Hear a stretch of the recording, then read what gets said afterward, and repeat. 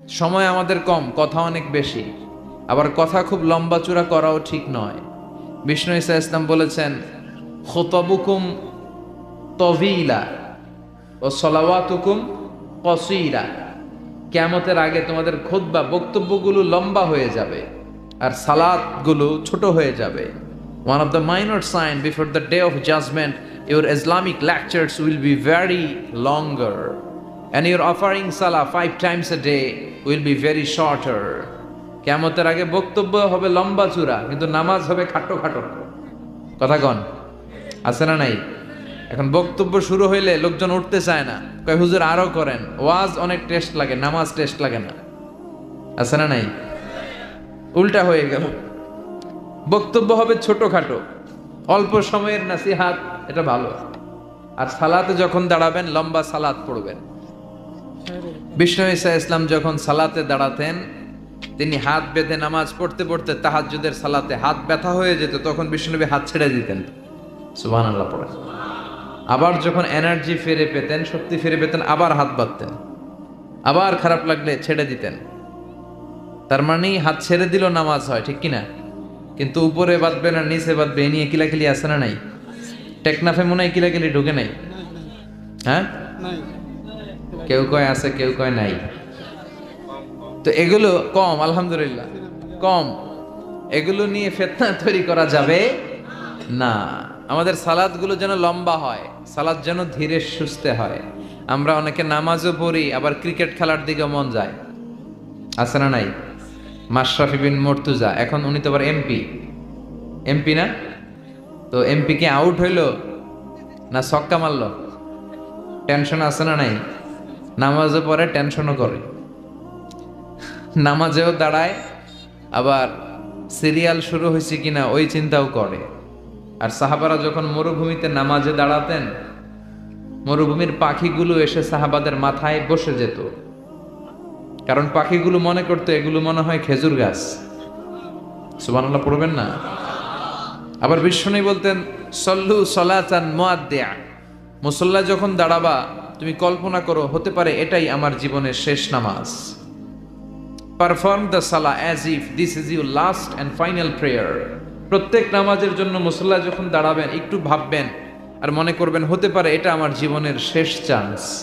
এরপরে হয়তো আল্লাহকে সেজদা দেওয়ার সুযোগ আমি নাও পেতে পারি, ঠিক কিনা? হুট করে দুর্ঘটনা ঘটে যেতে পারে না? হ্যাঁ, কেউ যদি বোমা মেরে বসে একটা, সব শেষ। এই যে নিউজিল্যান্ডে গুলি মেরে কি করছে দেখছেন? আহা, এত নিষ্ঠুর হতে পারে একজন মানুষ, সেও তো রক্তে মাংসে মানুষ, তাকে এইভাবে গুলি করলে তার কেমন লাগতো? 50 জনের মতো মুসল্লিকে, মুসলিম নারী এবং পুরুষকে সে লাইভ শুটিং করে ঝাঁঝরা করে দিয়েছে। এই ভিডিও সে আবার ফলাও করে প্রকাশ করেছে সোশ্যাল মিডিয়াতে। আল্লাহ এগুলোর তুমি হেদায়েত দাও। আজকে কোনো মুসলমান যদি করত, পৃথিবীর সব মিডিয়াগুলো ফলাও করে প্রকাশ করত টেররিস্ট অ্যাটাক। আর খ্রিস্টানরা যদি এই কাজ করে, কয় মানসিক রোগী। কি কয়? কয় হেতে পাগল, হেতে কি? আর মুসলমানরা করলে টেররিস্ট অ্যাটাক, জঙ্গি, ঠিক কিনা? জঙ্গিদের কোনো ধর্ম নাই, সন্ত্রাসীদের কোনো ধর্ম নাই, সন্ত্রাস এটাই তার ধর্ম। কথা বলেন? ভিডিও গেমস খেললে যেভাবে মারে, ছোট বাচ্চারা যে ভিডিও গেমস খেলে সে এইভাবে আমাদের ভাই বোনদেরকে মেরেছে। যারা এখানে প্রাণ হারালো, আল্লাহ তুমি তাদেরকে শাহাদাতের সর্বোচ্চ মর্যাদা নসিব করো। দেখেন গোটা বিশ্বব্যাপী এখন কি বলে এই লোকের ব্যাপারে। আজকে মুসলমান করলে গোটা বিশ্ব কেঁপে যেত। মুসলমানদের রক্তের এখন কোনো দাম নাই। একটা কুকুরের দাম আছে কিন্তু মুসলমানের দাম নাই। চিল্লা এখন ঠিক কিনা? আমাদেরকে গোটা বিশ্বব্যাপী মারে, অত্যাচারের স্টিম রোলার, কিন্তু আমাদের পক্ষে কেউ যে একটা ধমকি দিবে এমন কোন নেতা আমাদের নয়। এক রিসেপ তাইয়েব এরদোগান, সে গোটা মুসলিম বিশ্বের জন্য চেষ্টা করে যাচ্ছে, কিন্তু ওর পিছনেও শত্রু আছে না নাই? ওর পিছনেও টিকটিকির অভাব নাই। কথা কন? আমাদের কোনো কম্বাইন্ড মিলিটারি নাই।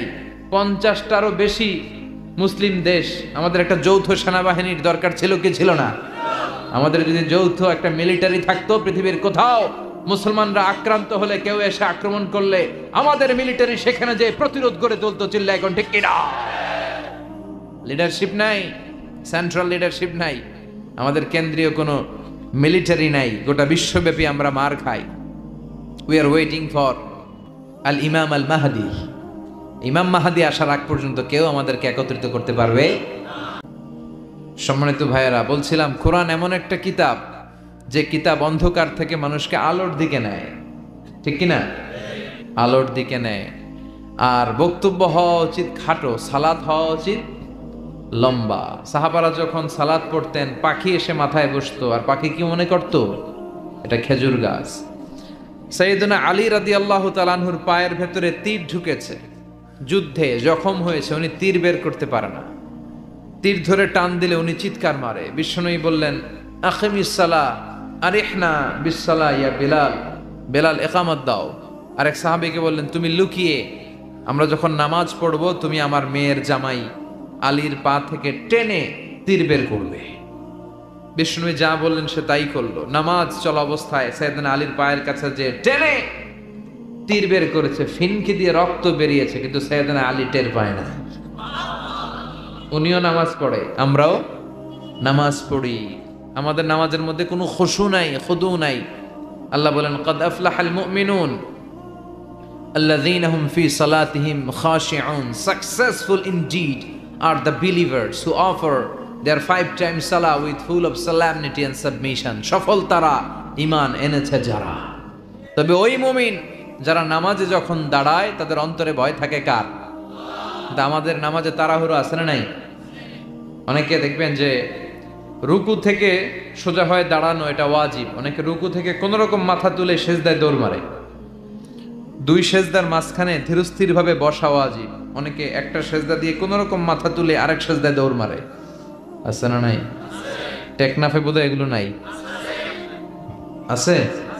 এগুলো করা যাবে।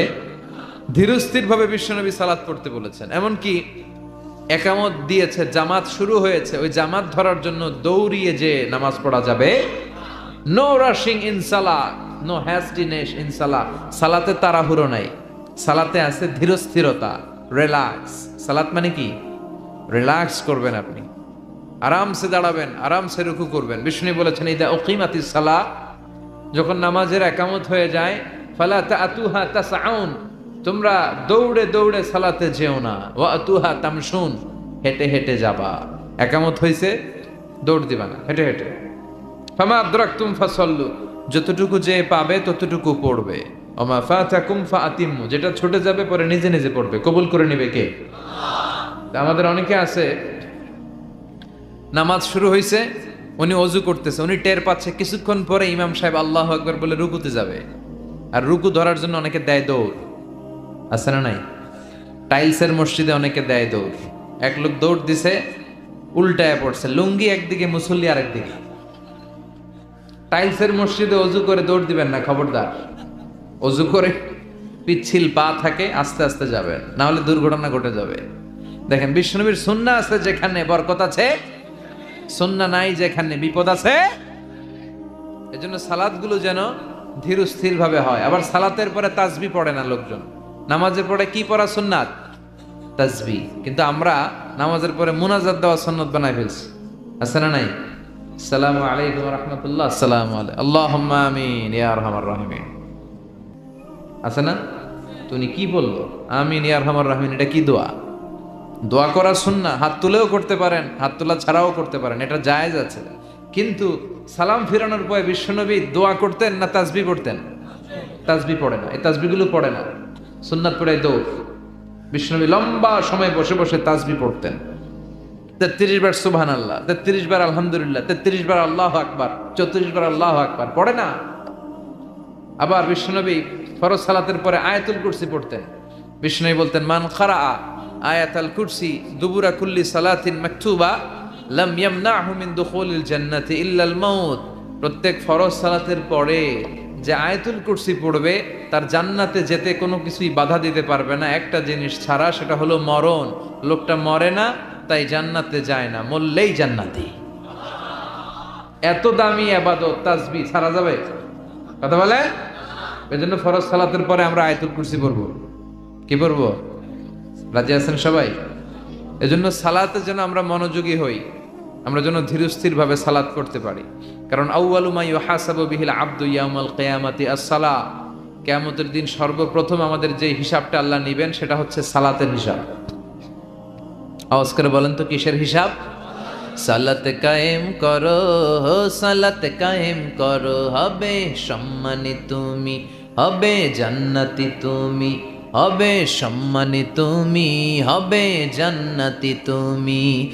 দিবে কাল হাসরে শীতল ছায়া আর সে আজিম, রাব্বিয়াল আলা রাব্বিয়াল আযীম। আলহামদুলিল্লাহ পড়েন। এজন্য সালাত যেন হয় আমাদের নিত্য সঙ্গী, আর সালাত যেন আমরা ধীরস্থির ভাবে পড়তে পারি। আল্লাহ তুমি তৌফিক দাও। আমি আপনাদের খেদমতে আমার খুতবার শুরুতে সূরাতু আদ-দুহা থেকে কয়েকটা আয়াত তেলাওয়াত করেছি, যে সূরাটা আমাদের অনেকেরই মুখস্থ আছে না? সূরা দোহা মুখস্থ আছে না? এই সূরাতুদ দুহাতে আল্লাহ তাআলা আমাদের জন্য কি শিক্ষা রাখলেন, কি মেসেজ আমাদেরকে দিতে চাইলেন, এটা নিয়ে আজকে আমরা অল্প কিছু সময় কথা শুনবো। সবাই পড়ে ইনশাআল্লাহ। শেষ পর্যন্ত আপনারা থাকবেন তো? চলে যাবেন না? চলে যাবেন কে কে দেখি তো, হাত তোলেন। কেউ যাবেন না? ইনশাআল্লাহ পড়েন।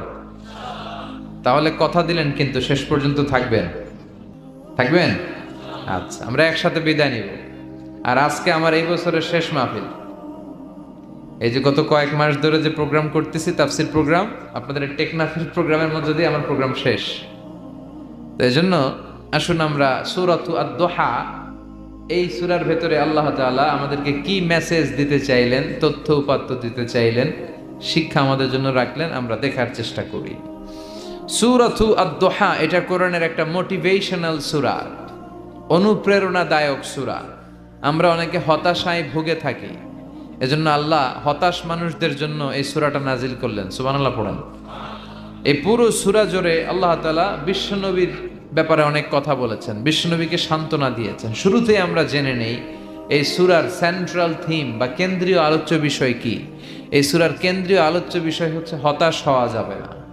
মুমিন কখনো হতাশ হয়? ভরসা রাখে কার উপর?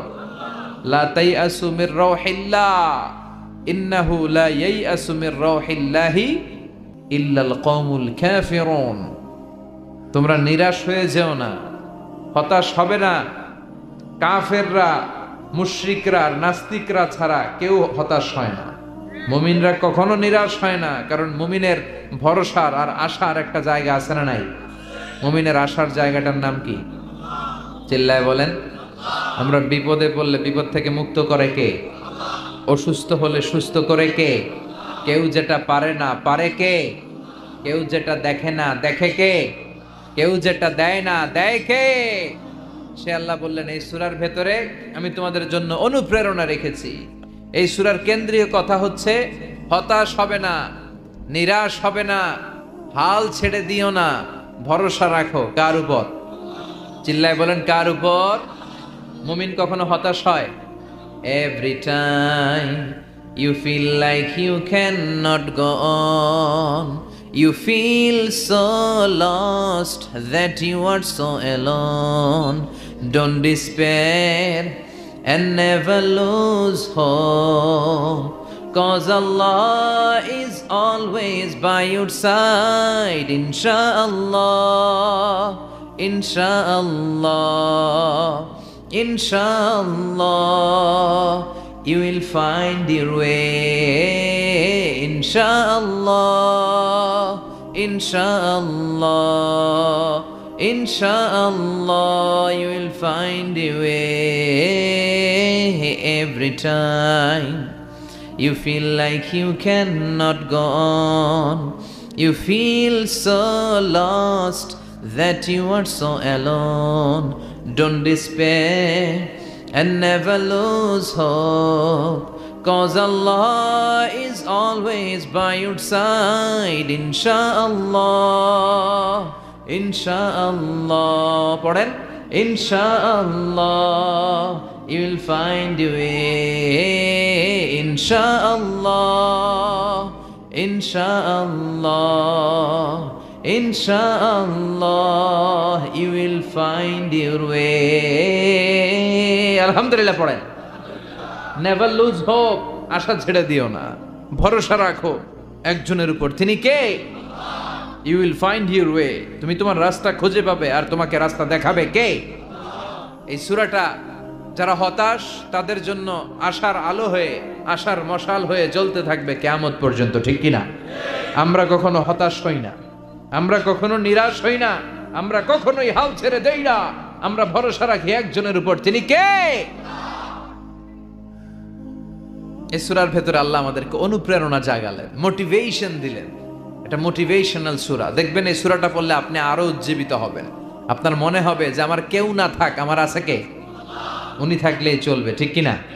তিনি আমাদের ওয়াকিল, তিনি আমাদের কাফিল, তিনি আমাদের ওয়ালি, তিনি আমাদের গার্ডিয়ান, তিনি আমাদের অভিভাবক, আর তিনি থাকলেই চলবে, আর কাউকে লাগবে না। এই সূরাটা নাজিলের একটা ব্যাকগ্রাউন্ড আছে, শুনবেন। শানে নজুল, কোন প্রেক্ষাপটে এই সূরাটা নাজিল হলো, তাফসীর বোঝার আগে আগে ওইটা জানার দরকার আছে না নাই? এটা মাক্কি সূরা। এই সূরাটা কি সূরা?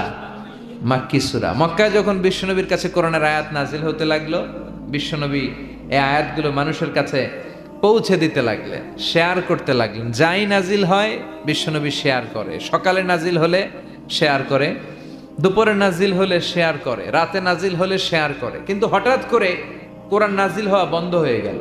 বন্ধ করে দিলেন কে? এখন কোনো আয়াত নাজিল হয় না, বিশ্বনবী শেয়ার করতেও পারে না। বিশ্বনবী চুপচাপ, কারণ বিশ্বনবী মন গড়া কিছু বলেন না। আল্লাহ বলেন, ইয়া আইয়ুহার রাসূল বাল্লিগ মা উনজিলা ইলাইক, যা নাজিল হয় আপনি পৌঁছে দেন। বিশ্বনবী পৌঁছে দিতেন, কিন্তু এখন আর নাজিল হয় না। বিশ্বনবী কোরআনের আয়াত নাজিল করা বন্ধ করে দিলেন। বিশ্বনবী বিপদে পড়ে গেলেন। বিশ্বনবী মনে মনে ভাবলেন, কি রে, আয়াত নাজিল হয় না কেন? কোন বর্ণনায় এসেছে 1 মাস, কোন বর্ণনায় এসেছে 3 মাস, কোন বর্ণনায় এসেছে 6 মাস। বিশ্বনবীর কাছে কোরআনের একটা আয়াত নাজিল হয় নাই। এই অবস্থা দেখে কাফির মুশরিকরা হাসাহাসি শুরু করে দিল। তারা বলতে লাগলো, মুহাম্মদ, তোমার আল্লাহ তোমারে ভুলে গেছে, তোমার আল্লাহ তোমারে ছেড়ে দিয়েছে। তা না হলে তোমার কাছে কোরআনের আয়াত আসে না কেন? এতদিন তো খুবই পটর পটর করেছো, আয়াত আসলে আম করে শোনাইতে, এখন পারো না কেন? বিশ্বনবীর কাছে কোরআনের আয়াত আসে না। বিশ্বনবীর চাচি আবুল আহাবের স্ত্রী উম্মে জামিল বলতে শুরু করলো, মুহাম্মদ, তোমার শয়তান তোমার কাছে আসে না, আসে না। তিনি শয়তান দ্বারা সাইয়েদনা জিব্রাইলকে বুঝিয়েছেন যে মুহাম্মদ, তোমার কাছে জিব্রাইল আর আসে না, আল্লাহ তোমারে ভুলে গেছে। নাউজুবিল্লাহ পড়েন। এই পরিস্থিতিতে বিশ্বনবী খুব হতাশ হয়ে গেলেন, বিমর্ষ হয়ে গেলেন, আর মনে মনে ভাবলেন, কি রে, আসলেই কি আল্লাহ আমারে ভুলে গেল? আমার কোনো ভুল হচ্ছে না তো, আমি কোনো অন্যায় করি নাই তো, আল্লাহ কোরআনের আয়াত নাজিল করা বন্ধ করলো কেন? বিশ্বনবী হতাশ হলেন, বিশ্বনবী নিরাশ হলেন। বিশ্বনবীর হতাশা আর নিরাশাকে কাটিয়ে দেওয়ার জন্য এই সূরাটাকে নাজিল করলো কে? রব্বুল আলামিন তখনই নাজিল করে দিলেন আর বললেন, ওয়াদ-দুহা ওয়াল-লাইলি ইযা সাজা মা ওয়াদ্দা'আকা রাব্বুকা ওয়া মা ক্বালা ওয়ালাল আখিরাতু খায়রুল লাকা মিনাল উলা। সুবহানাল্লাহ পড়ে। আল্লাহ নাজিল করলেন ওয়াদ-দুহা। দুহা মানে আলো, দুহা মানে কি? আলো। আল্লাহ বললেন ওয়াদ-দুহা, নবী আলোর শপথ। ওয়াল-লাইলি ইযা সাজা, আর অন্ধকারের শপথ মানে রাত্রির শপথ, যখন রাত্রিটা নিঝুম হয়, হয় নিস্তব্ধ। সুবহানাল্লাহ পড়ে। আল্লাহ বললেন, নবী আলোর শপথ। ওয়াদ-দুহা, আলো, আলোর শপথ, আশার আলো, সম্ভাবনার আলো। ও নবী, আমি আলোর শপথ কাটলাম। আল্লাহ তাআলা আলোর কসম কাটলেন, আবার আল-লাইল দ্বারা অন্ধকারের কসম কাটলেন, আর বোঝাতে চাইলেন, নবী, আলো আর অন্ধকার দুইটারই দরকার আছে, ঠিক কিনা? সব সময় যদি আলো থাকে, 24 ঘন্টায় যদি সূর্যের আলো থাকে, ভাল লাগবে? ঘুমানো যাবে? আবার সব সময় যদি অন্ধকার থাকে, তাহলে দিনের বেলা কাজ করা যাবে? তার মানে আলোরও যেমনি দরকার, অন্ধকারেরও দরকার আছে না নাই? আলো দ্বারা রব্বুল আলামিন ওহীর আগমনকে বুঝালেন, অন্ধকার দ্বারা রব্বুল আলামিন ওহীর অনুপস্থিতিকে বুঝালেন। আর বুঝাতে চাইলেন, নবী, যেমনি সব সময় আলো থাকলে ভাল লাগে না, মাঝে মাঝে অন্ধকারের দরকার, তেমনি সব সময় ওহী নাজিল করলে আপনার পক্ষে এটা মেনে নেওয়া সহ্য হবে না। তাই মাঝে মাঝে ওহী বন্ধ রেখে আপনাকে একটু বিশ্রামও দেয়া দরকার। সুবহানাল্লাহ। ও নবী, আমি তো ইচ্ছা করে ওহী নাজিল বন্ধ রেখে দিয়েছি, কারণ সব সময় ওহী রিসিভ করা এটা আপনার জন্য কষ্ট হয়ে যাবে। সব সময় ওহী আসলে এই কোরআনকে রিসিভ করতে করতে আপনি দুর্বল হয়ে যাবেন, কারণ কোরআন তো সাধারণ কোনো কথা নয়। এটা কার কথা? এই কোরআনের বাণীগুলো কার? সূর্যের আলোর যেমনি তেজ আছে, কোরআনেরও তেজ আছে না নাই? সূর্যের ভেতরে যেমনি কিরণ আছে, কোরআনের ভেতরে কিরণ আছে না নাই?